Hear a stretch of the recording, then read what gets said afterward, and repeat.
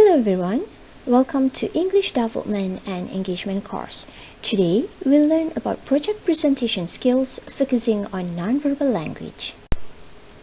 As for the objective of our lesson, by the end of this chapter, students should be able to present on a group project using appropriate nonverbal language. Are you ready for your lesson? A speaker's appearance and body language play a vital role in having a successful presentation. Since the key visual aids in a presentation is the presenter, it is crucial for the presenter to acknowledge these 5 forms of body language, namely appearance, eye contact, gestures, posture and movement, as well as facial expressions in order to gain an overall effect on the audience's attention, interest and understanding towards the presentation. When we talk about your appearance, what you wear will make a huge difference to your audience. Best advice, you should appear clean, neat, comfortable and appropriate for the presentation. Looking good as you can is always a confidence booster and your audience will place more trust in what you say. So, what are the tips for the gentleman to wear during his presentation? You can always opt to wear solid color, preferably navy or dark gray conservative suit, pair it with long sleeve shirt, white or color coordinated with the suit, belt, conservative tie. Make sure you wear dark socks and professional leather shoes. How about jewelry? Limited or preferably none at all. Make sure your hairstyle is neat and smart, fresh, clean shaven. All your facial hairs are trimmed well, and ensure you trim your nails before your presentation. How about the ladies? You can always wear solid color, conservative suit, preferably navy, black or dark gray. Pair it together with color coordinated blouse. Moderate shoes, make sure no strappy sandals or platform. Minimal jewelry because less is more. Hands, avoid chunky jewelry. No dangling earrings, arms full of bracelets. For instance, if you're not wearing hijab, make sure your hairstyle is neat and professional. To appear fresh, you can always wear light makeup and perfume, and ensure your nails are manicured. And as for the hijabis, these are the tips for you. You can always wear a long sleeve button-up shirt with slacks during your presentation, but make sure your slacks, it should be wide leg rather than the skinny style one. Shorter blouse, you can always pair it with long maxi skirt, but make sure no slits at all for modesty and comfort. Skirt should be dark in colors. How about your hijab? Wear plain rather than a pattern hijab. Solid colors are recommended here, for example, white, navy or black. Use pins and an undercap to hold your hijab together for neater looks, and wear closed-toed shoes. During your presentation, make sure avoid wearing spandex materials, see-through hijabs, checkered polka dots or strong animal print blouse, as well as flats or platform that makes dust whenever you walk. Next, eye contact. Eye contact is essential as it depicts the speaker is making his or her effort to connect with the audience. It takes confidence to do that, and it also indicates that you are the master of your content during your presentation. So, what are the do's and don'ts for eye contact? You can always glance the room. Make eye contact with any friendly face and smile before you begin your presentation. Later, during your presentation, you can look at them for support. Your energy as a speaker depends on the energy of the audience. If your audience is energized, so are you. Maintain your eye contact with your audience throughout the presentation. It will allow you to gauge your audience reaction and adapt your presentation to suit to their response and interest. Make sure do not stare blankly. Avoid too fleeting eye contact or no eye contact at all during a presentation. Eyes focus at one spot. For example, you look at the ceiling, door, floor or wall, or perhaps only at one person during your presentation. Or Keep looking at aids or notes all the times during your presentation.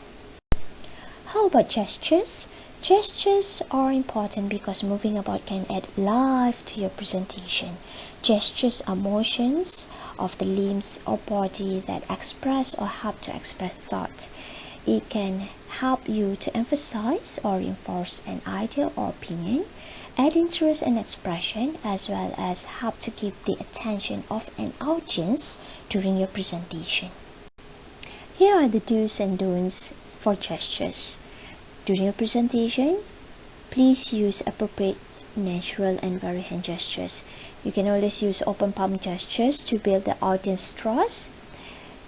How about your hand movement? Keep it descriptive. If you are talking about a small thing, you can always pinch your fingers. If you are quantifying a number below 5, you can always hold up the correct number of fingers. And please limit your movements to the strike zone.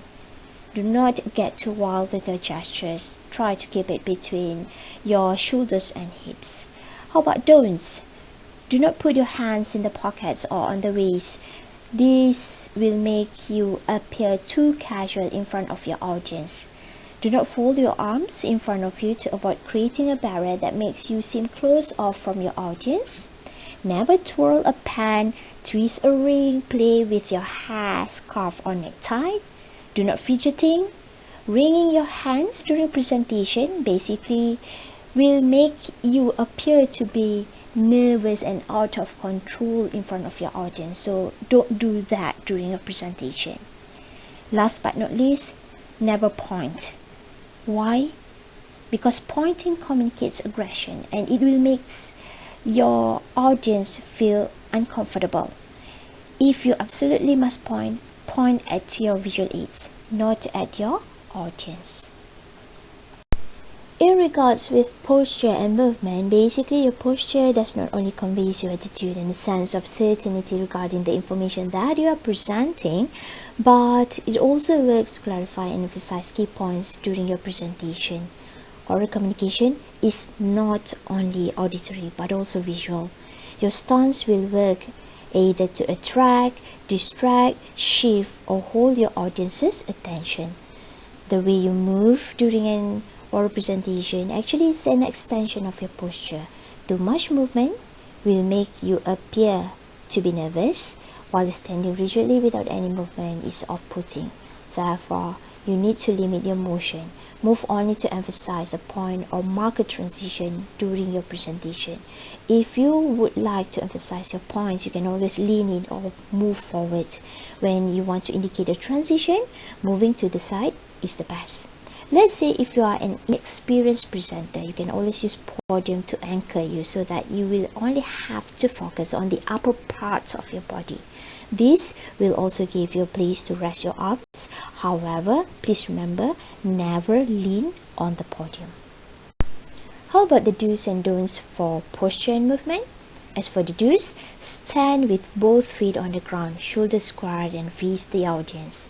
Keep your posture neutral and relaxed. Stand in one spot and move around the presentation space occasionally. You can always nod at your audience as you talk, and you can always shift from one foot to another subtly and occasionally.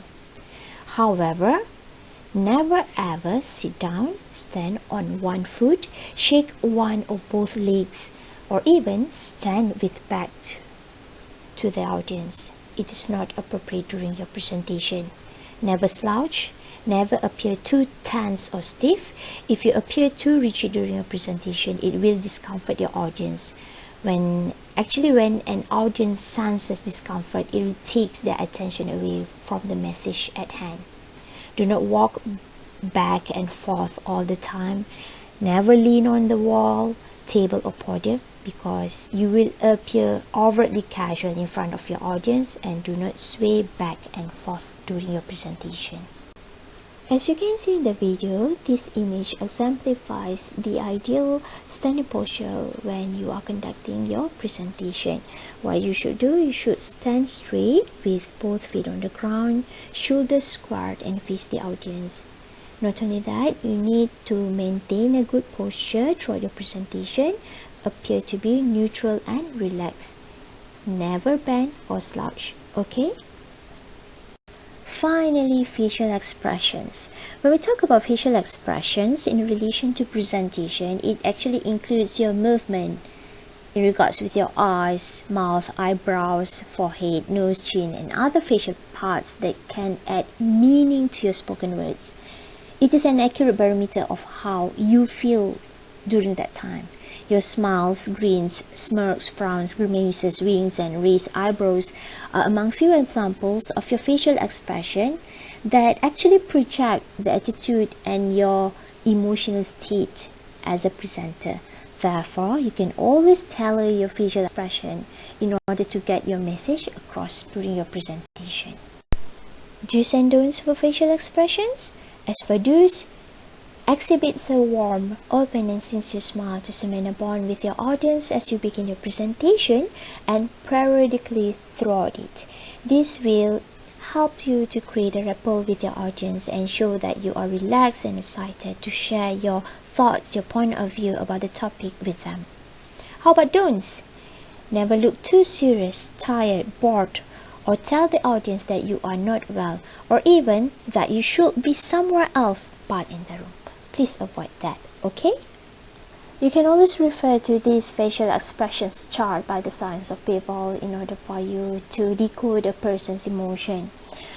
Let's say if you want to determine whether a person is happy, sad, disgust, surprise, contempt, anger, or fear, you can always refer to this chart.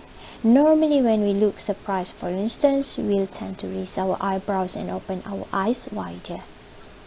That will be helpful, right? Alright everyone, we have come to the end of our lesson, and before we bid goodbye, let's recapitulate what we have learned about nonverbal language.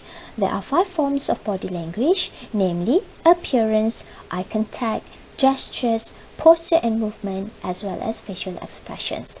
These elements are very crucial if you want to nail your presentation. See you in the next video. Bye!